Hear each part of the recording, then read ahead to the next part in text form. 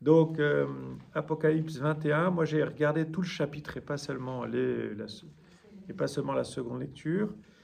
Et j'ai vu deux parties différentes dans ce chapitre 21. Donc, ça commence ainsi, hein. Alors j'ai vu un ciel nouveau et une terre nouvelle, car le premier ciel et la première terre s'en étaient allés, et de mer il n'y en a plus, etc. Et la ville sainte. Donc il y a deux parties sur la ville sainte, il me semble, dans ce chapitre. D'abord, c'est la vie nouvelle dans la Jérusalem nouvelle, la vie nouvelle dans la Jérusalem céleste ou dans la cité de Dieu, etc. Et puis la deuxième partie qui est plus le bâti, c'est plus le passage que nous avons eu, c'est-à-dire les remparts, les portes, etc. etc. Bon, déjà, en guise d'introduction, ben, d'abord, ce n'est pas un texte qui est si facile que ça à lire. Je pense que vous l'avez constaté, l'Apocalypse n'est jamais très simple. Moi, c'est ce qu'on a remarqué dans le groupe, c'est que, enfin, ce sur quoi j'insiste aussi auprès de vous, c'est que c'est un genre littéraire, l'Apocalypse, donc on ne sait pas si l'auteur a vraiment eu une vision. Il y a tout à parier quand même qu'il a eu une intuition, ou en tout cas une pensée sur le ciel. Au fond, c'est peut-être aussi ses disciples qui lui ont dit, mais parle-nous du ciel, quoi. Et donc, comment parler du ciel? Eh bien, il a pris un genre qu'on appelle le genre, c'est un genre littéraire qu'on appelle le genre apocalyptique. Je vous rappelle qu'il y a le genre apocalyptique dans certains des évangiles, notamment l'évangile de Matthieu. Il y a le chapitre, si je me souviens bien, le chapitre qui est juste avant le jugement dernier. C'est un chapitre du genre apocalyptique. Le genre apocalyptique, il est aussi en Isaïe, notamment Isaïe 65. Peut-être que vous l'avez repéré, où justement Isaïe annonce une Jérusalem nouvelle. Déjà, voilà, vous avez, comme je l'ai dit la dernière fois, Ézéchiel et Daniel qui sont les deux grands prophètes apocalyptiques, donc qui utilisent ce genre littéraire pour parler de réalité cachée, en fait, de réalité. Apocalypse, je vous rappelle que ça signifie dévoilement. Donc, le genre apocalyptique qui veut d'une certaine manière dévoiler à partir du visible l'invisible. Voilà. L'autre chose qui est très intéressante aussi dans ce passage, c'est qu'on fait un parcours biblique. Alors, je ne sais pas si vous avez regardé, je ne sais pas si vous avez eu le temps de regarder tous les passages de l'Ancien Testament et du Nouveau Testament qui sont en référence derrière. Par exemple, si je prends l'eau, la soif, tout de suite, la soif, ça vous fait penser à la Samaritaine. Ça vous fait penser, Jean 7, quand Jésus dit, le jour de la fête des tentes, en disant, je crois que c'est la fête des tentes, si je ne me trompe pas, qui dit, tous ceux qui ont soif, venez à moi. Donc ça, c'est des thèmes. Et les noces, par exemple, les noces, elle est prête comme une épouse pour son mari. Ça vous fait penser à l'évangile de Jean, en veux-tu, en voilà. Ça vous fait penser à toutes les noces de l'Ancien Testament, entre Isaac et je ne me trompe pas, parce qu'il ne faut pas être vite, mais Isaac, Jacob, etc., avec Rachel et Léa. Le thème des épousailles, de l'alliance, des noces, ça c'est éminemment biblique. Donc dans ce chapitre, comme dans tous les autres chapitres de l'Apocalypse, vous avez comme un condensé de la Bible. On pourrait lire quasiment toute l'Écriture à partir de ce chapitre. Alors, donc je commence simplement. Donc moi, je vous prends le chapitre 21. Alors j'ai vu un ciel nouveau, une terre nouvelle, car le premier ciel et la première terre s'en étaient allés, et de mer il n'y en a plus. Bon, c'est donc une nouvelle création qui est annoncée. On voit bien déjà ce passage, ce qui est premier, ce qui est nouveau. Ce qui est premier, ce qui est nouveau. Il y a toujours cette dialectique, comme on dit, entre ce qui est premier, visiblement ce qui est ancien, et puis le nouveau, qui n'est pas dit second. C'est pas dans le second, on dit que c'est nouveau. Bon, voilà, prenons acte. La mer, il n'y en a plus, mais parce que vous savez bien que la mer, c'est le symbole dans les Écritures du mal. Tous ces passages de Jésus qui marche sur les eaux, de la barque sur les eaux, etc. Donc la mer, ça représente un peu le chaos, comme on dit, le chaos initial. Il n'a pas été ordonné par la parole de Dieu. C'est donc un inconnu. Forcément, à l'époque, peu de gens savaient nager. Quand vous tombiez à l'eau, vous étiez à peu près sûr de mourir. Et alors, il prend donc l'image, il part d'une réalité qui est connue, qui s'appelle la ville. On disait tout à l'heure, la ville, pourquoi la ville? Parce que la ville, ça rassemble beaucoup de gens, ça grouille de gens, chacun a sa maison et en même temps, tout le monde vit ensemble. C'est aussi cette notion de sécurité avec les remparts. Quoiqu'à l'époque romaine, à l'époque de Jésus, je ne suis pas sûr que beaucoup de villes romaines étaient entourées de remparts, ça viendra plus tard. au moment où l'Empire sera beaucoup plus dangereux, entre guillemets, il n'y aura plus la Pax Romana. Mais disons que voilà, il y a des remparts. Rappelez-vous aussi que Jérusalem, parce qu'il parle de la Jérusalem nouvelle, il faut savoir que Jérusalem à l'époque est détruite, quasiment détruite, puisqu'elle a été prise et détruite par les armées de Titus, les armées romaines, en 70, et que le passage de l'Apocalypse est écrit dans les années 90. Donc c'est 20 ans plus tard, ça a marqué les consciences, ça a marqué les mémoires, surtout les mémoires juives. A priori, l'auteur est un juif, donc pour lui c'est un désastre.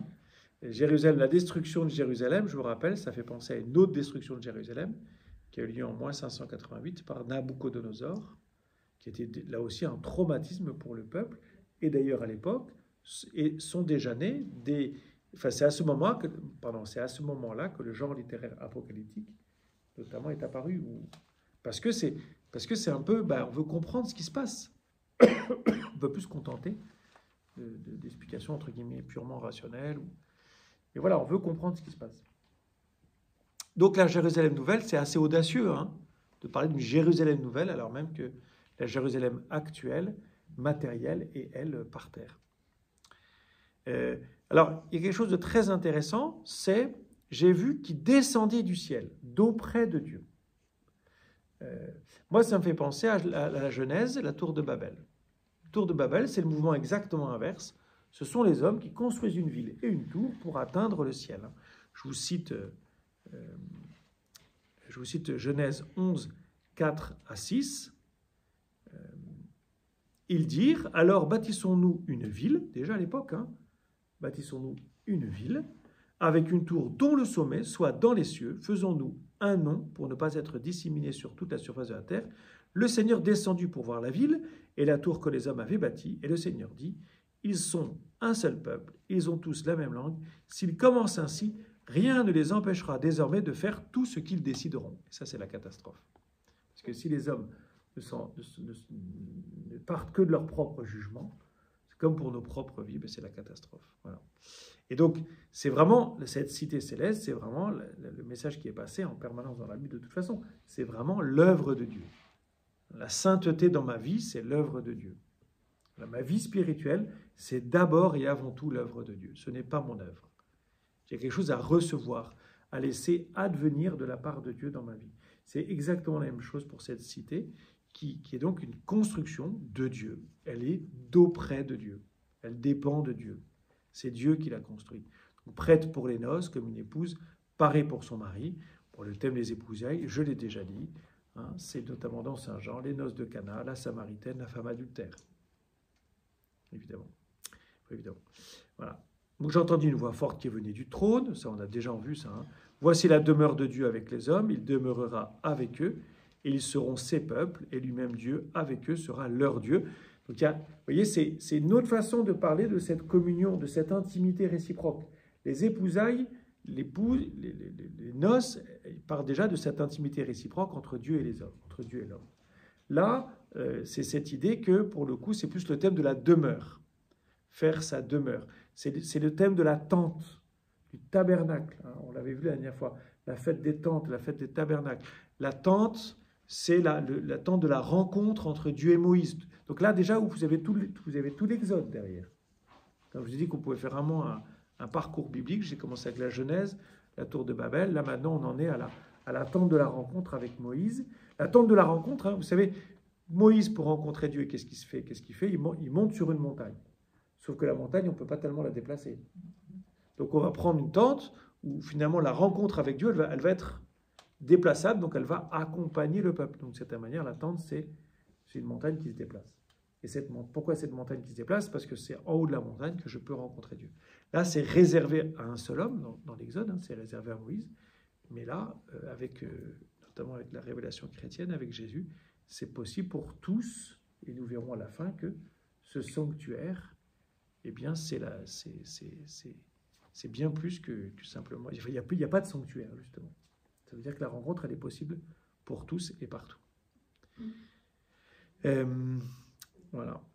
Et donc, ça vous fait penser aussi à la demeure de Dieu, faire sa tente. Ça vous fait penser, bien sûr, à l'évangile de Jean, Dieu, dans le prologue, où Dieu fait sa tente. Il a monté sa tente parmi nous, et nous ne l'avons pas reçue, etc. Voilà. Ensuite, vous avez « Il essuiera toute larme de leurs yeux, la mort ne sera plus ». Là, ça fait penser à un texte d'Isaïe. Et puis, alors, il y a cette fameuse phrase, verset 5. « Alors, celui qui siégeait sur le trône déclara « Voici que je fais toutes choses nouvelles ». Donc ça, pour moi, c'est un thème, à mon avis, qui est central dans ce chapitre, c'est la nouveauté. Voilà. Voici que je fais toutes choses nouvelles. On a commencé par les cieux nouveaux, la terre nouvelle, et là maintenant, on en est à... C'est Dieu lui-même qui dit « Je vais faire toutes choses nouvelles ». Dans Isaïe, chapitre 43, verset 19, il y a vraiment beaucoup d'Isaïe en arrière-fond. Il écrit ceci, il parle d'une chose nouvelle qui germe. Pourquoi j'insiste sur ce qui germe? Parce que comment comprendre que cette cité nouvelle, elle n'est pas seulement pour plus tard, mais elle est déjà en germe. Hein? La cité de Dieu, la cité des hommes. Si je parle de la cité de Dieu qui descend du ciel, quid de la cité des hommes? Ça, vous avez derrière le grand développement théologique de saint Augustin, qui a écrit un livre qui est très long, qui s'appelle « La cité de Dieu », où il réfléchit dans notre cité actuelle de Guyancourt, de Paris, de Versailles, comment la cité de Dieu est une réalité. Comment la cité de Dieu transforme la cité des hommes dès à présent. Parce que je vous rappelle que nous ne sommes pas dans une totale discontinuité. Dieu est déjà à l'œuvre dans notre monde. Dieu est déjà à l'œuvre dans ma vie. Il me prépare déjà au ciel. Le ciel est déjà présent. Sinon, écrire cela n'aurait quasiment aucun intérêt. Pour l'auteur, c'est important même si, vous voyez, il n'a pas dit la cité d'après. Il parle de la cité nouvelle. La nouveauté, c'est pour maintenant. La nouveauté, c'est pour maintenant. Et donc, il y a c'est cette idée du germe. Donc, le germe, c'est cette plante qui meurt en terre. Ça vous fait penser. Jean, chapitre 12, qui parle du grain de blé tombé en terre et qui porte beaucoup de fruits. Vous avez aussi toutes les paraboles, notamment en Matthieu 13, des plantes potagères, la plante qui grandit, qui devient la plus grande des plantes. Donc c'est là, derrière ça, il y a peut-être un peu plus indirect, mais il y a vraiment cette idée de la croissance de cette cité de Dieu au sein, au cœur de la cité des hommes. Puis il me dit, c'est fait, moi je suis l'alpha et l'oméga, le commencement et la fin. À celui qui a soif, moi je donnerai l'eau de la source de vie, gratuitement. Tel sera l'héritage du vainqueur, je serai son Dieu, et lui sera mon fils. C'est magnifique ce verset. Hein. Où là, il y a cette révélation du fait que moi qui suis altéré, j'ai une âme qui cherche Dieu, eh bien je sais que celui qui me désaltère, c'est celui qui me donne l'eau de la source de vie. Et il me la donne, et le mot important, c'est gratuitement. Et là, derrière, vous avez Jean 7, ce fameux passage où Jésus, debout, s'écria « Si quelqu'un a soif, qu'il vienne à moi et qu'il boive. » Et il est dans le temple de Jérusalem. Jean 7, verset 37. Vous voyez, donc, toujours, on reprend beaucoup de thèmes des évangiles, beaucoup de thèmes il y a comme c'est une espèce de concentré, là. On a une espèce de précipité avec l'Apocalypse. Et puis ensuite, il y a « Quant aux lâches, peureux, perfides, êtres abominables, meurtriers, débauchés, sorciers, idolâtres et tous les menteurs, la part qui leur revient, c'est l'étang embrasé de feu et de soufre qui est la seconde mort. » Donc là, il y a une séparation. L'auteur dit bien qu'au ciel, en tout cas dans cette cité de Dieu, il n'y a pas de place pour le péché. Il n'y a pas de place pour le péché, ce qui est plutôt rassurant de certaine manière. Ça veut dire que j'allais dire,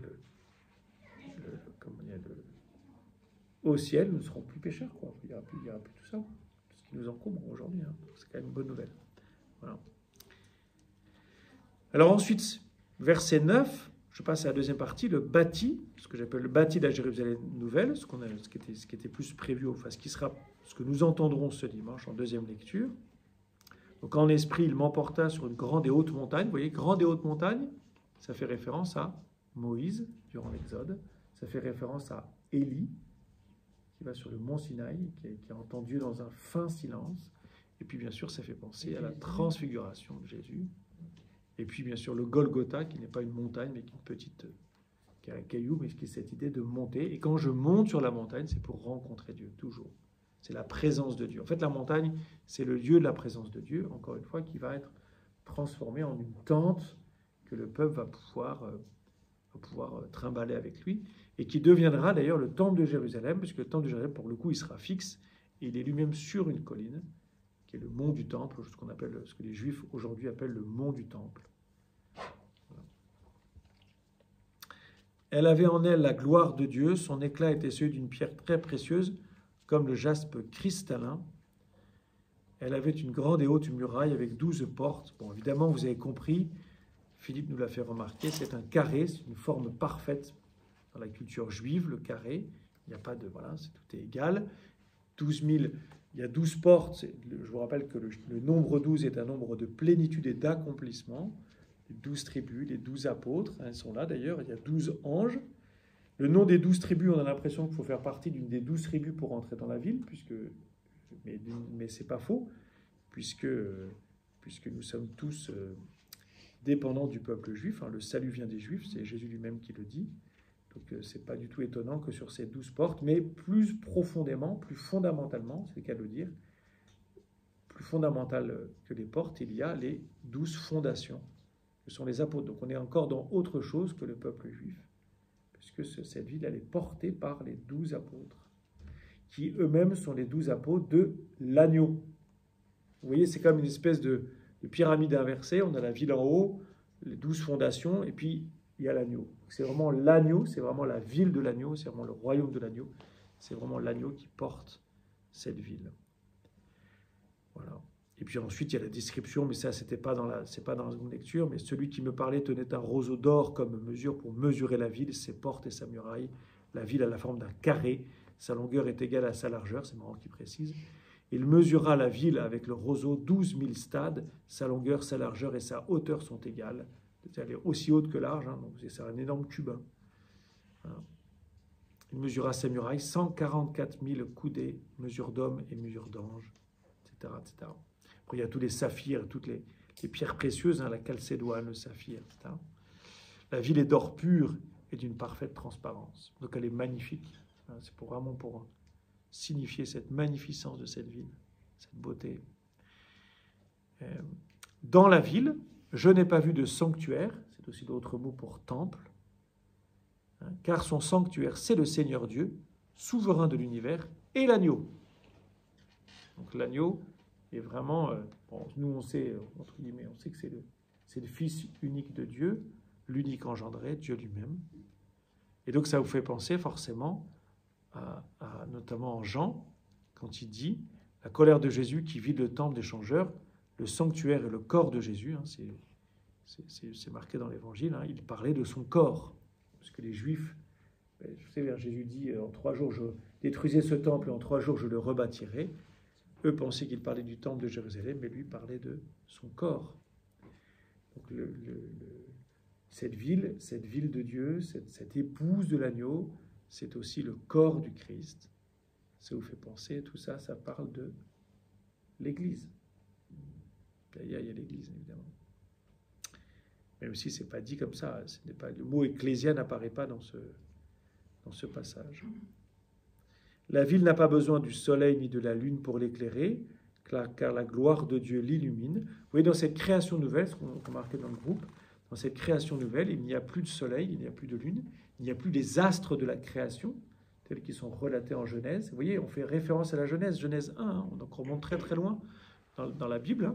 Eh bien, le soleil, c'est la gloire de Dieu. Voilà, la gloire de Dieu qui illumine, qui remplace le soleil. Donc cette ville, vous voyez, cette création nouvelle, on a du mal à se l'imaginer, forcément. Mais visiblement, on n'aura plus de soleil, quoi. Il n'y aura plus d'étoiles.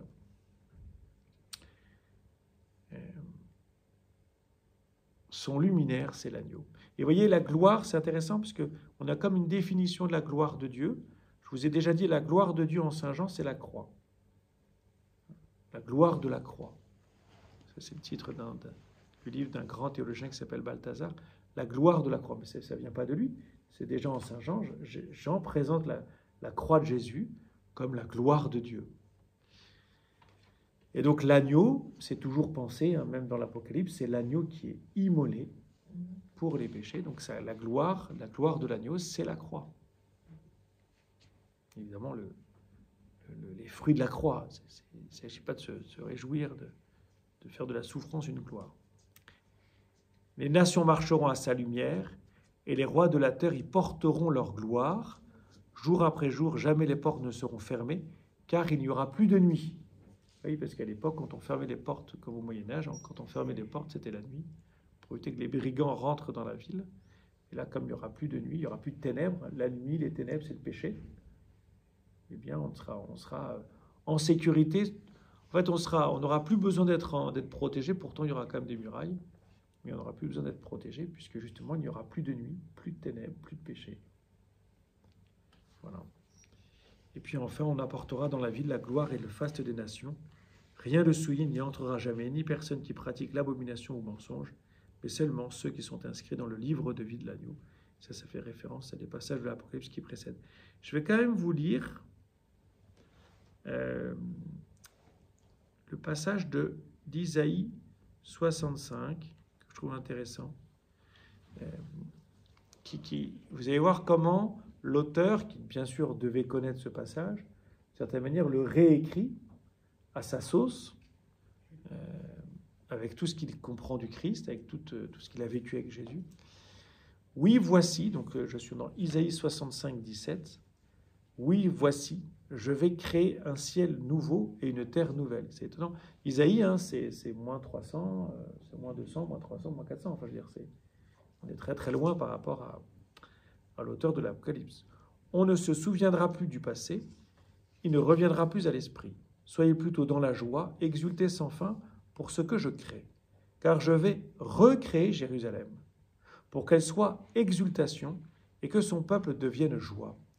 J'exulterai en Jérusalem, je trouverai ma joie dans mon peuple. Je vous rappelle, là aussi, quand Isaïe écrit, on date à peu près l'écriture du livre d'Isaïe, au moment de l'exil. L'exil, c'est moins 588. La ville de Jérusalem est elle-même détruite. Donc c'est comme l'histoire est un éternel recommencement, je ne sais pas si c'est vrai, mais on recommence pour une part l'histoire. C'est-à-dire qu'à nouveau, avec l'Apocalypse, l'auteur de l'Apocalypse écrit au moment où Jérusalem est détruite, de la même manière qu'Isaïe écrit au moment où Jérusalem est détruite. On n'y entendra plus de pleurs ni de cris. Là, plus de nourrissons emportés en quelques jours, ni d'hommes qui ne parviennent au bout de sa vieillesse. Le plus jeune mourra centenaire, ne pas atteindre 100 ans sera malédiction. On bâtira des maisons, on y habitera, on plantera des vignes, on mangera leurs fruits. On ne bâtira pas pour qu'un autre habite, on ne plantera pas pour qu'un autre mange, car les jours de mon peuple seront comme les jours d'un arbre, et mes élus jouiront des ouvrages de leurs mains. Ils ne se fatigueront pas pour rien, ils n'enfanteront plus pour l'épouvante, car ils sont la descendance des bénis du Seigneur, eux et leur postérité. Alors avant qu'ils n'appellent, moi je répondrai, ils parleront encore que moi je les aurai entendus, etc., etc. Vous voyez, c'est magnifique. Donc ça, c'est un texte qui est très ancien. On pourrait dire, vous voyez, quelqu'un qui écoute ce texte à l'époque où il est publié par Isaïe pourrait attendre une Jérusalem nouvelle comme la réalisation matérielle, ici-bas, de cette Jérusalem idéale. Or, on sait très bien qu'elle n'arrivera jamais. Donc il faut attendre quelque chose d'autre. Et c'est c'est le pas que fait faire l'auteur de l'Apocalypse, avec cette nouveauté qui vient de Dieu. C'est pas ici-bas, c'est pas les hommes qui pourront construire cette cité, et elle n'est pas faite pour cette histoire-là.